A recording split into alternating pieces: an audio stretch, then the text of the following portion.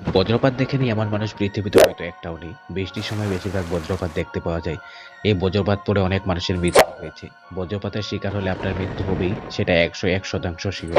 তবে কি আপনি রয় সুলিভানের নাম শুনেছেন, যিনি ৭ বার বজ্রপাতের শিকার হয়েও বেঁচেছিলেন? মেয়েরা সাধারণত পুরুষদের মতো দাঁড়িয়ে টয়লেট করতে পারে না। এর কারণে মেয়েরা অনেক সময় অনেক সমস্যায় পড়ে থাকে। তবে কি আপনি জানেন গোগাল এমন একটা উপকরণ যা মহিলাদের পুরুষদের মতো করে দাঁড়িয়ে টয়লেট করার সুবিধা করে দেয়? একটা সময় ছিল যখন আমরা সবাই স্কুলে যেতাম। ইচ্ছে না থাকলেও স্কুলে গিয়ে তেমন মন্দ লাগতো না। মন্দ লাগতো তখন যখন আসতো এক্সাম।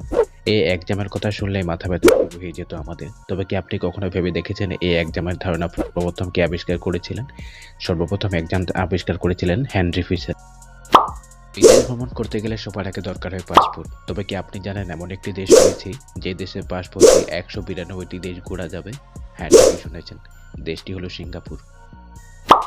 সব দেশের আইন ভিন্ন ভিন্ন হয়ে থাকে। তবে আপনি হয়তো জানেন না, ব্রাজিলে কয়েদিরা জেলে থাকাকালীন সময়ে বই পড়ে তাদের সাজা কমাতে পারে। যদি মানুষের দৃষ্টিশক্তি ঈগলের মতো হতো, তাহলে আমরা মাটিতে থাকা একটা পিঁপড়াকে ১০ তলা বিল্ডিং এর সমান দূরত্ব থেকেও দেখতে সক্ষম হতাম। এছাড়াও আমাদের থাকতো কালার ভিশন এবং প্রায় ৩৬০ রেঞ্জ অফ ভিউ।